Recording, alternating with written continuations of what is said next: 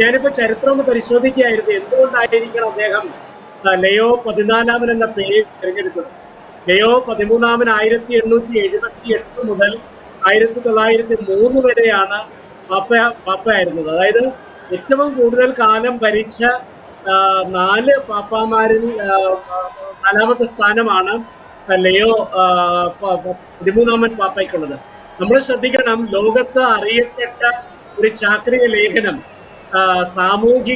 സഭയുടെ സാമൂഹിക മുഖത്തിന് മാറ്റം വരുത്തിയ ഒരു സാമൂഹിക പ്രബോധനം വേരും നൊവാരും പുറത്തിറക്കിയത് ലയോ 13 പാപ്പയാണ്. കാരണം വേരും നൊവാരും എഴുതപ്പെട്ടത് തൊഴിലാളികളുടെ അവകാശങ്ങളെ സ്ഥാപിക്കുന്നതിന് വേണ്ടിയിട്ടാണ്. തൊഴിലാളികൾക്ക് അവകാശങ്ങൾ സ്ഥാപിച്ചു കിട്ടണം, അവർക്ക് അവരുടെ ജോലിക്കനുസരിച്ചുള്ള വേതനം കിട്ടണം. അങ്ങനെ കാലിക പ്രസക്തിയുള്ള തത്വചിന്തകൾ ഉൾക്കൊണ്ടുകൊണ്ടാണ് സഭ ഒരു പുതിയ തൊഴിലാളികൾക്ക് വേണ്ടിയുള്ള ഒരു പ്രബോധനം പുറത്തിറക്കിയത്. അതുകൊണ്ടാണ് ലയോ 13 പാപ്പായെ social pope of the workers, സാമൂഹ്യ പ്രതിബദ്ധതയുള്ള പാപ്പ, തൊഴിലാളികളുടെ പാപ്പ എന്നറിയപ്പെട്ടത്.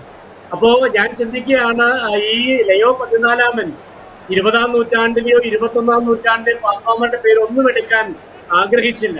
വളരെയധികം ചിന്തിച്ചുകൊണ്ട് തന്നെയാണ് അദ്ദേഹം ലയോ 14 എന്ന പേരെടുത്തിരിക്കുന്നത്.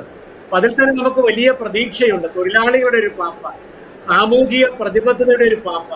അദ്ദേഹം അത് വളരെ വ്യക്തമായിട്ട് മനസ്സിലാക്കിക്കൊണ്ടാണ് ആ പേര് എടുത്തിരിക്കുന്നത് ഞാൻ മനസ്സിലാക്കുന്നു. തീർച്ചയായും അതുകൊണ്ട് തന്നെ അദ്ദേഹം സിനഡാലിറ്റിയെ കുറിച്ച് സംസാരിക്കുകയും ചെയ്തു.